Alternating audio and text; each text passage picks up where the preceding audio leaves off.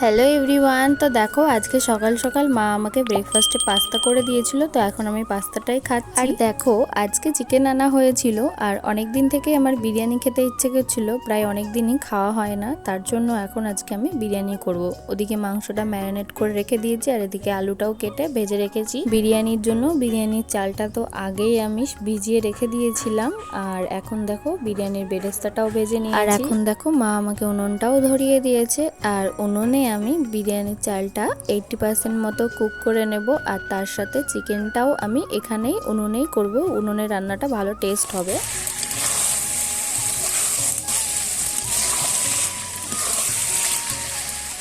চালটা তো সেদ্ধ করে সাইডে রেখে দিয়েছিলাম, আর তার সাথে চিকেনটাও হয়ে গেছে। আর এখন এদিকে বিরিয়ানির লেয়ারগুলো আমি একে একে দিয়ে নেব।